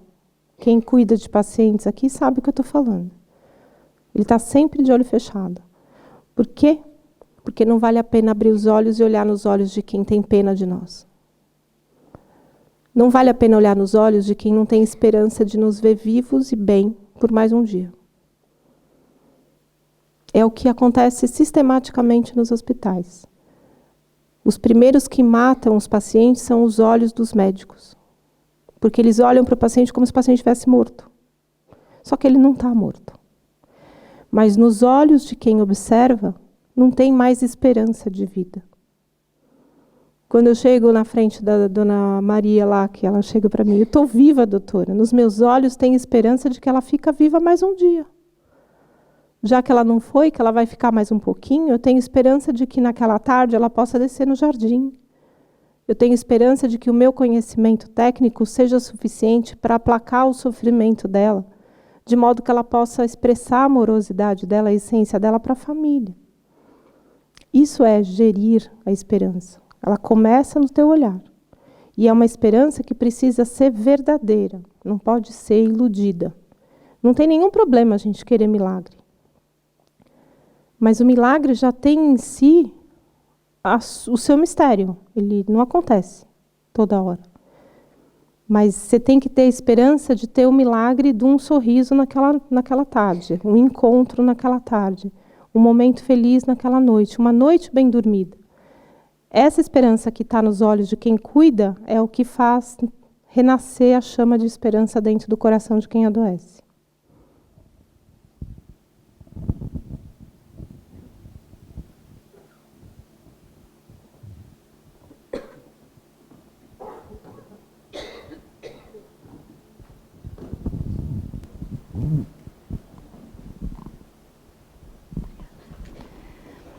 Olá, eu sou outra Susana. Muito obrigada pelas suas palavras, pela sua partilha. É um bálsamo ouvi-la. Para além de ser muito inspirador, também traz sempre novos insights e fico-lhe muito grata por estar connosco e por partilhar as suas reflexões e a sua experiência. Eu inclusivamente perguntava à enfermeira Alexandra se estavam a gravar, porque acho que aquilo que vai dizendo, não é, nas suas intervenções são verdadeiros tratados e acho que são dignos de ser documentados, inclusivamente até para compilar estas palestras, até para continuar a escrever os seus livros. Mas na sua primeira intervenção referiu a questão das mudanças de paradigma, não é? Que está em curso, e fico muito feliz também por saber que do outro lado do Atlântico ele está a acontecer e com ideias tão inovadoras e tão simples como é através de uma novela, não é? Portanto, promover a mudança. Mas falava da questão do entulho, e eu fiquei muito curiosa relativamente a isso, não é? Quando se muda de paradigma, há entulho, não é? Que se vai acumulando. Gostaria que falasse um pouco disso, não é? Que entulho é este e como é que nós podemos trabalhá-lo, não é? Eu penso que nós precisamos ter consciência de que isso acontece. Então, no mundo dos cuidados paliativos, a gente ainda tem um conflito entre a técnica e a humanidade. Tem muitos paliativistas que são sintomatologistas. Assim como tem muito oncologista que é quimioterapeuta. Então, há necessidade de se colocar a técnica a serviço da humanidade, que é o que eu tenho trabalhado com muita, assim, determinação, vamos dizer assim. A técnica está a serviço da humanidade, que nós temos que oferecer para o paciente. Mas nós vamos ter muitos profissionais de saúde, especialmente médicos e enfermeiros, que vão zelar pela técnica em detrimento à condição do doente. Então, vou te dar um exemplo que eu vivi recentemente com um paciente. Um paciente com esclerose lateral amiotrófica, com queixa de dispneia, falta de ar. E ele foi avaliado pelo médico paliativista. Ele estava com assistência domiciliar e, num determinado momento, essa falta de ar ficou muito difícil de ser controlada. O médico deixou prescrito por via gastrostomia, porque no livro está escrito que a analgesia precisa ser dada por via oral. Então, por via interal, né? Então, ele não tinha mais a via oral disponível, era pela gastrostomia. Todas as vezes que esse paciente perguntou para esse médico se não tinha nada mais rápido, porque ele tomava de horário, mas tinha crises eventuais que não eram previstas. Se nessa crise ele não poderia tomar uma injeção. E esse médico disse que não, que tinha que ser por via oral. Esse médico não está errado, porque no livro está escrito que se a via oral está disponível, a gastrostomia está disponível, tem que ser por essa via. Mas a realidade daquele doente não era compatível com o que está escrito no livro.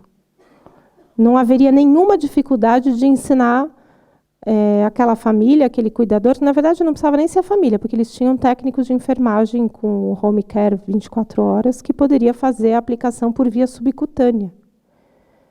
E aí esse paciente foi negado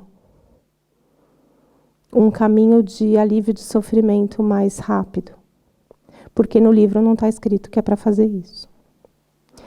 Então, o apego a essa concretude técnica é algo que tira o nosso poder de individualizar o cuidado.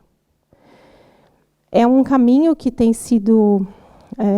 É muito interessante porque existe um conflito que acaba sendo parte do dia a dia dos sintomatologistas destruir a possibilidade da humanidade. Então, falam assim, imagina, Ana Cláudia, você fala que a morte é um dia que vale a pena viver, mas as condições desumanas que as pessoas morrem, são terríveis as mortes. Eu falei, certo, a morte pode não ser um dia que vale a pena você assistir, mas a gente não está aqui para te causar conforto no que você vai ver. A morte precisa ser um dia que vale a pena viver na biografia daquela pessoa. E se a última coisa que ela ouvir for um áudio da filha dela, ela pode estar entubada, ela pode estar reanimada, mas isso é um movimento que traz a vida dela para aquele momento, que faz sentido. Mas você não vai ver em nenhum livro, que é parte do trabalho do paliativista viabilizar o contato com a família. Mesmo que seja inviável. A filha está em outro lugar ou é proibida a visita naquele momento. E tem um outro lado do cuidado paliativo que é romantizado, que é o cuidado que está relacionado só ao bom coração. Então você toma a cabeça para o lado e fala, entendo, mas você tem que aceitar. Não tem que nada. Ninguém tem que nada. Então, esse outro lado também é nocivo para a prática. Isso também é entulho. Então, são esses entulhos que a gente tem que lidar. E a gente precisa lidar com esses entulhos de uma forma amorosa também. De convidar esse sintomatologista a compreender que é boa prática médica oferecer o alívio do sintoma como uma emergência. E é uma emergência. Precisa ser dada a medicação, porque o paciente tem horas de vida. Ele não é para ele ficar esperando 50 minutos fazer efeito a morfina, que vai ser absorvida pelo trato gastrointestinal, que está em profundo sofrimento. Está agônico por falta de oxigênio. E ainda o cara ainda quer dar por via oral. É desumano isso. Não dá. E também não dá para você transformar aquela idealização num processo viável. Você tem que trazer o cara que idealiza para o mundo concreto, trazendo para ele e falar assim, olha, dá para você falar de amor depois que a dor passou. Entendeu? Você pode aplicar morfina com muito amor, inclusive. Você pode fazer o ato do cuidado com muito amor, mas só dá para você falar de amor depois que o sintoma físico está aliviado. Então, a gente precisa ter uma condição muito compassiva com todos aqueles que não compreendem o que a gente quer que aconteça. Com esse entulho que a gente tem que lidar, com a percepção de vaidade, com a percepção de orgulho, com a reserva de mercado. Se alguém me liga um colega e fala assim, Ana, como é que eu trato a dor? Eu explico. Mas tem muitos colegas que falam, me chama para ver o caso junto. Porque quer ganhar também. Eu falo, o processo não é você ganhar. A gente não está aqui para ganhar dinheiro. A gente está aqui para fazer um bom trabalho. E consequência de um bom trabalho é o dinheiro que chega. O dinheiro é uma consequência de um bom trabalho, não é o objetivo dele. É esse entulho. Então, muita paciência, muita compaixão, porque não é fácil. Então, todos seres humanos, nas suas melhores e nas suas piores versões, né?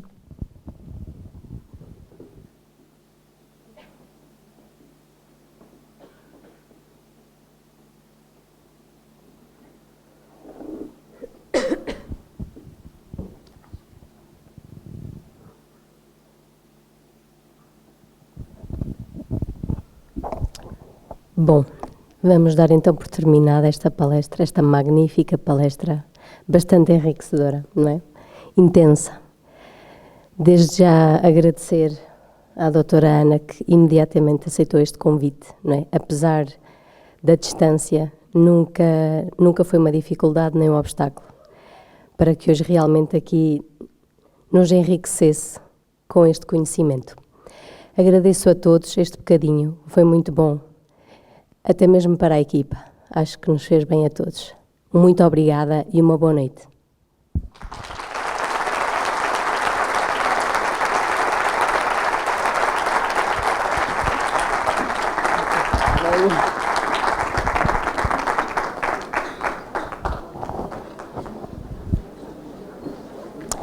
Desde já só dizer que há 2 bancas de livros que estão disponíveis para venda e a doutora Ana disponibiliza-se a autografar, está bem? Dizer só que a sessão de autógrafos acontecerá aqui, está bem?